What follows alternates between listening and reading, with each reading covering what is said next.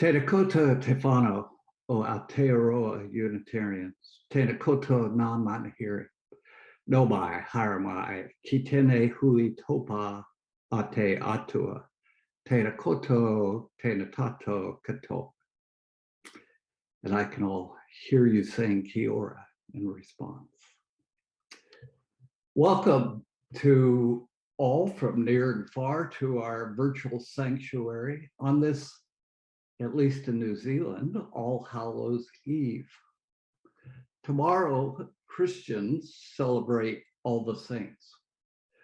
We join them knowing one's faith does not determine sainthood. Even Unitarians are saints. All of you are saints. For it is not by perfection that we are sainted. Rather, it is by our actions. It is not by perfection that we are sainted. Rather, it is by our presence. It is not by perfection that we are sainted. Rather, it is by our giving. It is not by perfection that we are sainted. Rather, it is by our living. It is not by perfection that we are sainted. Rather, it is by our gathering together in love, with love, to become a nurturing, welcoming, healing, and faithful worshiping community. So welcome to you all, saints. Some of you may be family saints who model living for us, who stay with us through the days and years and all times of need and joy. We thank you. Some of you are friend saints, maybe all of you, who listen and cry and laugh with us. We thank you. Some of you are work saints, mentors and teachers who are with us when goals are hard to name and when trying to work with dignity and integrity seems so very hard to do. We give you thanks. And all of us are community saints, those who serve, those who toil and strive to bring a vision of justice, equality, and peace to our world. We thank all of us. But there are then unknown saints who overcome obstacles and teach us how to overcome obstacles. Those whose presence reminds us that we are called to do more than we ever thought possible. Those who bear burdens and let us assist them in the bearing of those burdens. Those who give willingly and unselfishly. Those who demonstrate strength, courage, and wisdom in the face of pain and tragedy. We give them thanks. Today, we are called to recognize all the saints, therefore. Let us learn to recognize the sainthood in all others and the sainthood in ourselves. Blessed be. And if you have a candle or chalice, this would be the time to light it. We kindle this flame. As we kindle this flame, we honor and remember those who have passed into the mystery. Their brightness lives on in our vision. Their courage lives on in our commitments. And their love continues to bless us, the world, to bless the world through us.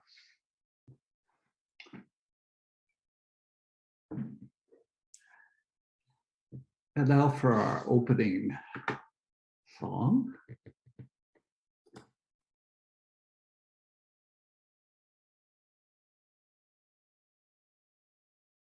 My musings this week happen to be along similar lines, not identical, but similar lines from Derek's last week. So I'm kind of continuing some of those thoughts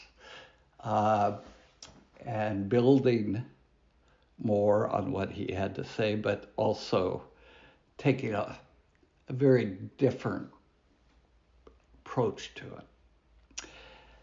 And my reading is not the usual kind of reading. It's something called Social Cohesion in a Post-COVID World. It's a white paper by the University of Auckland Center for Informed Futures. And what I'm going to read is the executive summary of the paper published in May 2020.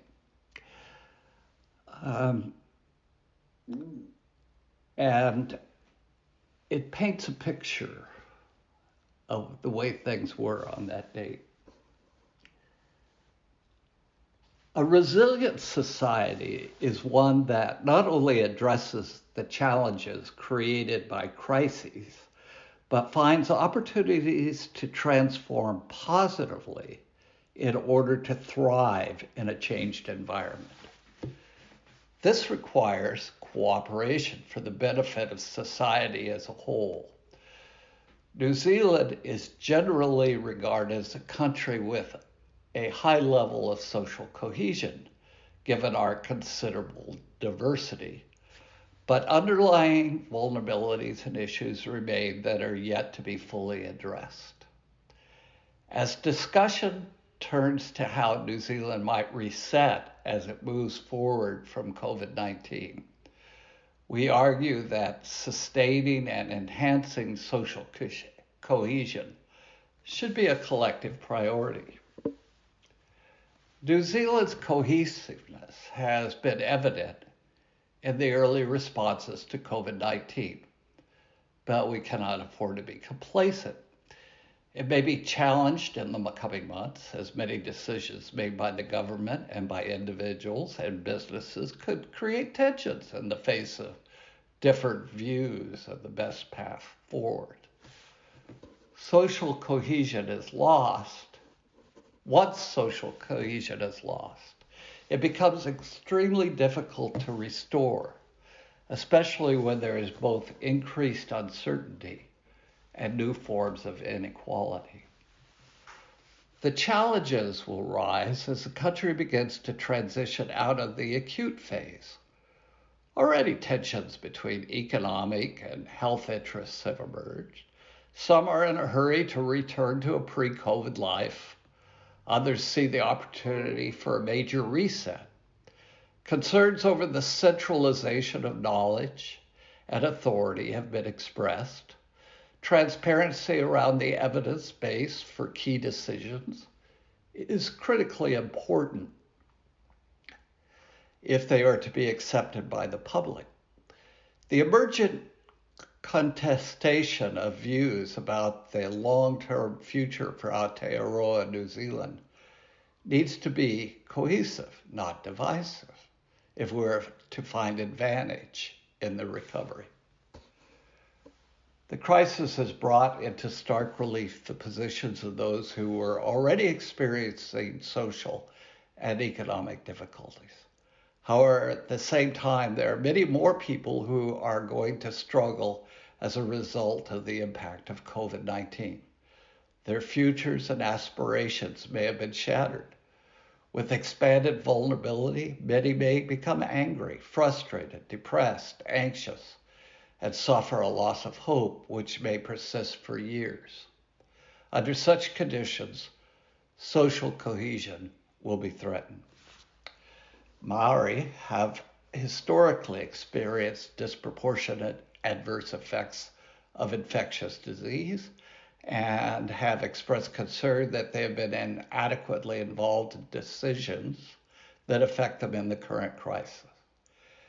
It is essential to recognize, acknowledge, and support the often inspiring leadership among Maori in addressing their community's needs in this crisis. Similar comments apply to among Pacific peoples, both in terms of some of the community initiatives already in evidence and that need further support and recognition. As a democracy heading towards an election, it is inevitable and healthy that there is a contestation of ideas. However, the reset must not be captured by partisanship and the political cycle, because the decisions and actions required must consider the long term and not simply immediate or short-term fixes. This requires recognition of the need for co-production and co-determination in developing responses that are both sensitive to the different needs of communities and stakeholders and move New Zealand forward. Agencies must seek to co-produce policies, not simply to consult in an often tokenistic way with communities and stakeholders. To maintain trust, regular and transparent information flows are needed.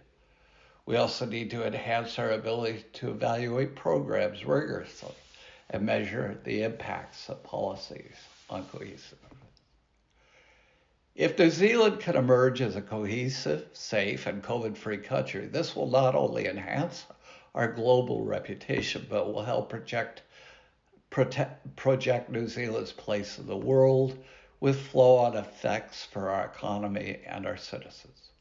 To achieve this, we need to build on the aspirational hopes and positivity that characterize much of New Zealand's society and which have been apparent during the acute phase of the crisis. At the same time, we must also acknowledge the unaddressed issues that existed before the crisis and give greater emphasis to addressing these. We now need to find ways to sustain and build off this platform.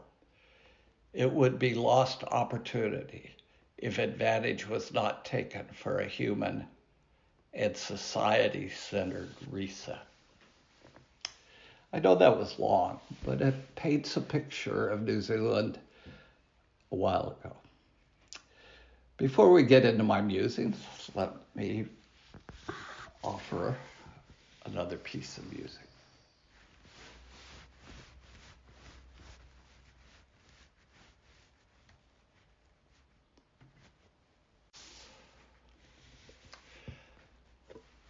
I've been musing on this for a while, and I've selected the title, The Art of Scapegoating.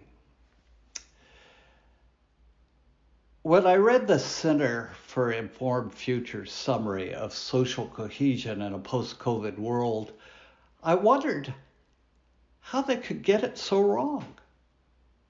It did not describe the Aotearoa New Zealand I was experiencing.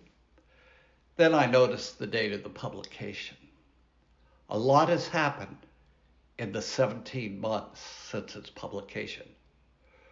Remembering back, its description of the high level of social cohesion was accurate. The team of 5 million seemed to be a fair description. Our Prime Minister was trusted. When her 1 p.m. briefings were aired on Facebook, the country had her back against the few trolls who dared to malign anti-Jacinda.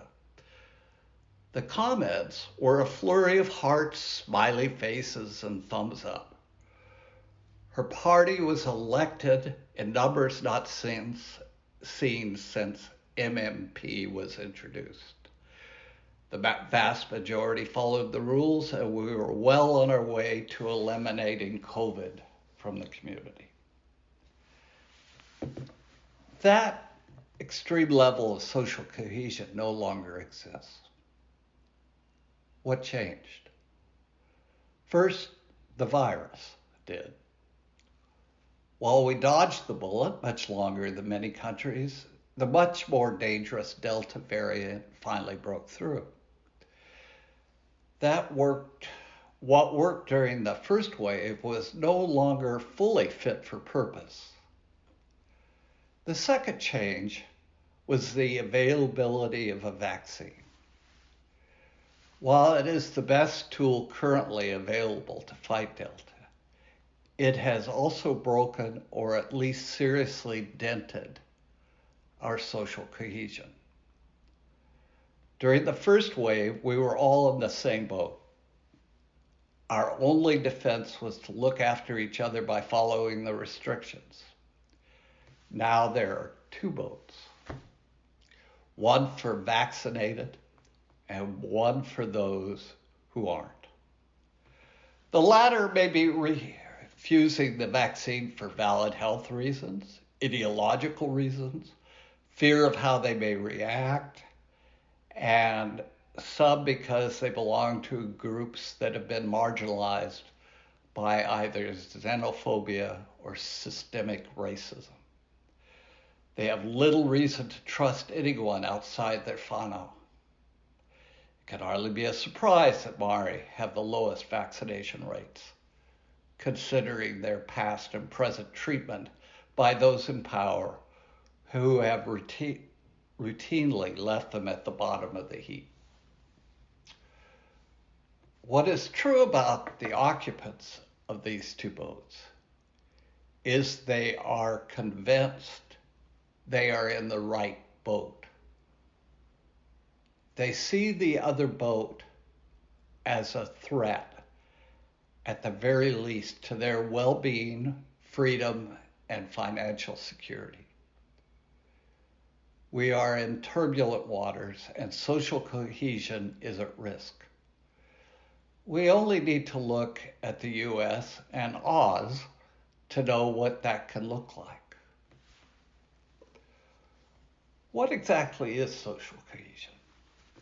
Ideally, social cohesion involves building shared values and communities of interpretation, reducing disparities in wealth and income, and generally enabling people to have a sense that they are engaged in a common enterprise, facing shared challenges, and that they are members of the same community. This is unquestionably a desirable outcome, but there are a couple of cautions in pursuing it. Bertrand Russell, in his A History of Western Philosophy, makes this observation.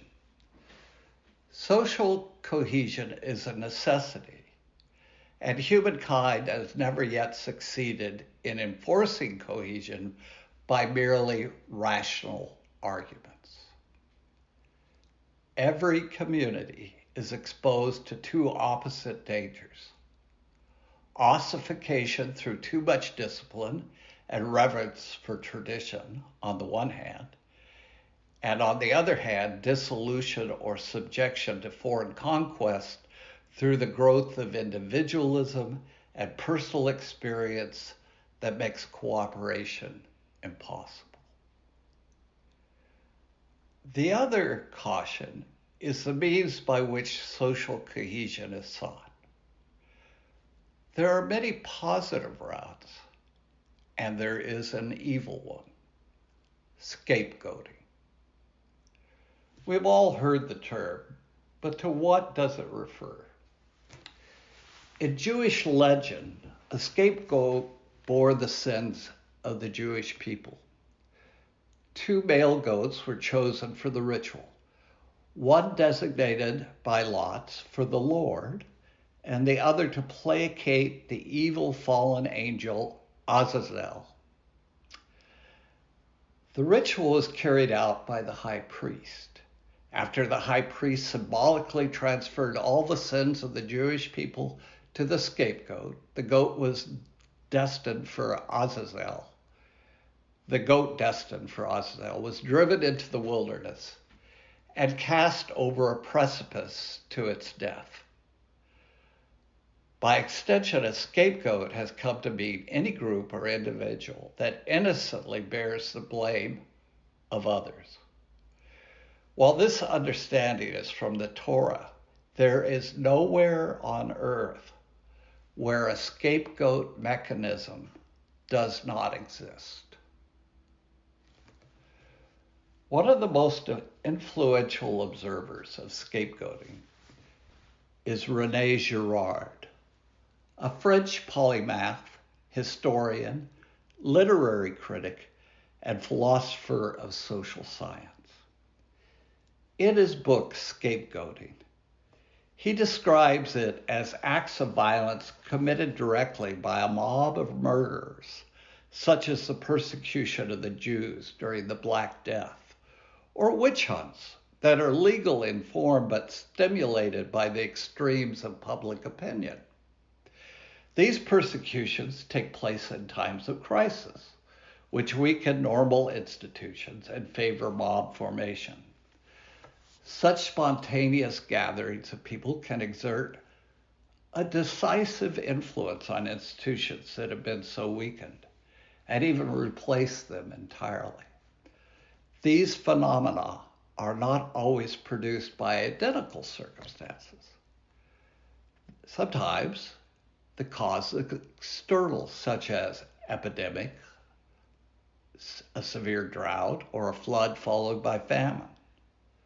Sometimes the cause is internal political disturbances, for example, or religious conflicts. No matter what circumstances trigger greater collective persecutions, the experience of those who live through them is the same. The strongest impression is, without question, an extreme loss of social order, evidenced by the disappearance of the rules and differences that define cultural divisions. Descriptions of these events are all alike. Some of them, especially descriptions of the plague, are found in our greatest writers: Thucydides, Sophocles, William Shakespeare, Daniel Defoe, Thomas Mann, to name only a few. At such times, people feel helpless. The culture seems to be eclipsed, and human relations begin to disintegrate in the process. And the subjects of those relations cannot be utterly innocent of this phenomenon. But rather than blame themselves, people inevitably blame either society as a whole, which costs them nothing, or other people who seem particularly harmful for easily identifiable reasons. Ultimately, the persecutors always convince themselves that a small number of people, or even a single individual, despite their relative weakness, is extremely harmful to the whole of society. At this point, all that's left is choosing the scapegoat. All societies reach for the low-hanging fruit. Religious and ethnic minorities, those who don't fall within cultural norms like the disabled, mentally ill, sick. The further one is from normal social status of whatever kind, the greater the risk of persecution. Just think about Chris's interaction with trans people. This is easy to see in relation to those at the bottom of the social ladder. This is less obvious when we add another marginal group to the poor and outsiders. The marginal insider, the rich and powerful. In times of crisis, the monarch, or the equivalent, and his or her court are often reminiscent of the eye of a hurricane. This is indicative of a social organization in turmoil. In normal times, the rich and powerful enjoy all sorts of protections and privileges which the disinherited lack. In times of crisis, a mere glance at world history will reveal that the odds of a violent death at the hands of a frenzied crowd, think French Revolution, are statistically greater for the privileged than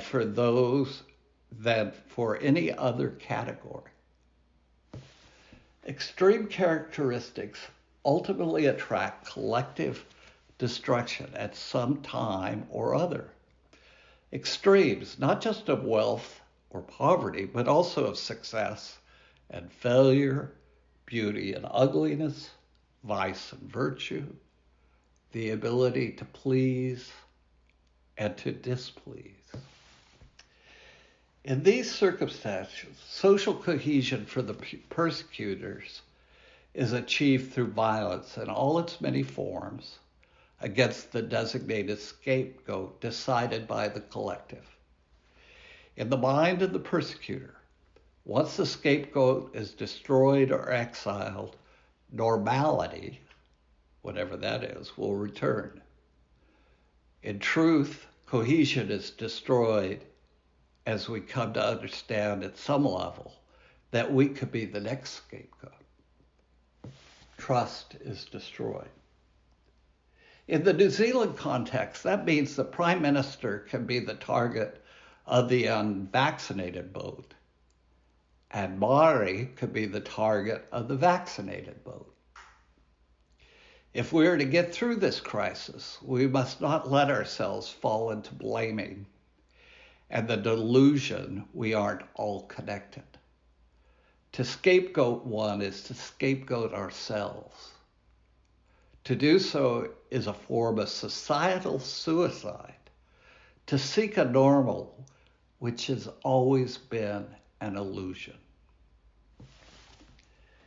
If there is a, quote, norm, unquote, Girard observes, no culture exists within which everyone does not feel different from others and does not consider such differences legitimate and necessary. Far from being radical and progressive, the current glorification of difference is merely the abstract expression of an outlook common to all cultures. There exists in every individual a tendency to think of themselves not only as different from others, but as extremely different, because every culture entertains this feeling of difference among the individuals who compose it. Overcoming this desire to believe we are fundamentally different is key to whether we achieve greater social cohesion as we navigate our present crisis, or spiral down into social disintegration. Historically, both outcomes have happened in such times.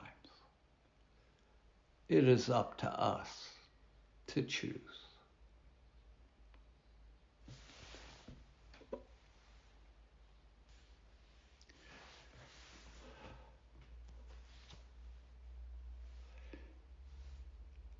I'm going to slightly change my order here, so let me play our closing hymn.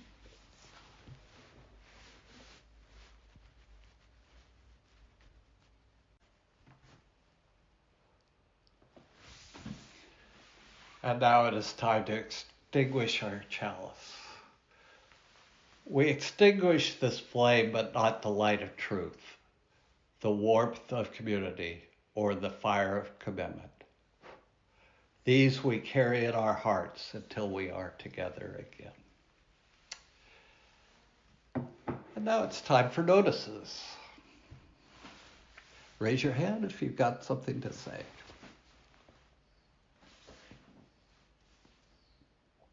Paul. In Tonga, where, of course, we've been supporting the dyslexia literacy program, hopefully Delta will stay confined to the young missionary who returned to Tonga through New Zealand, and he will fully recover, and community transmission there will be averted. Certainly, as many of us know, I know you realize, Sharon, having your years of experience in Tonga, that there are no conditions to handle a Delta outbreak. Their hospitals are not particularly well equipped, and only 32% of their population has been fully vaccinated. So if the worst happens, I hope that we will be prepared to help them out. Right now, though, I believe we should help people out as we are able in developing countries where vaccination percentages are low and healthcare inadequate. Unicef is hoping to deliver 3 billion vaccines to those most in need around the world, and has the infrastructure, experience, and expertise to make it happen. This is important for their sake as well as ours. They're asking for donations, and I'll put a link for the appeal on our WhatsApp page. And I'll also ask Rachel to put in next week's newsletter. In addition, the Peace and Social Justice Group will be considering a donation from their funding allocation at the next Zoom meeting. Thanks. Thank you, Paul.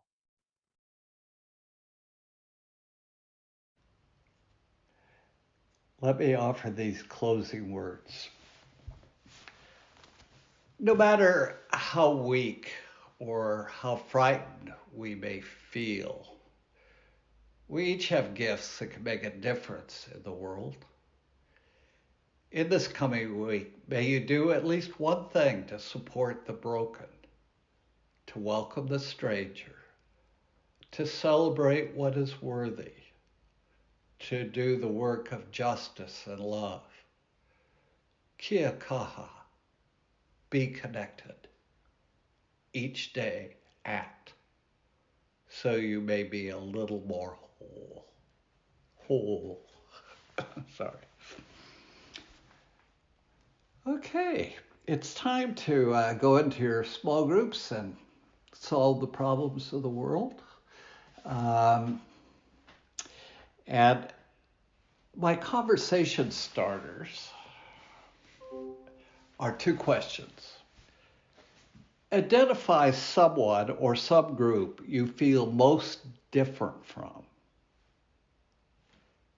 Identify someone or subgroup you feel most different from. And the second question is, how do you deal with that?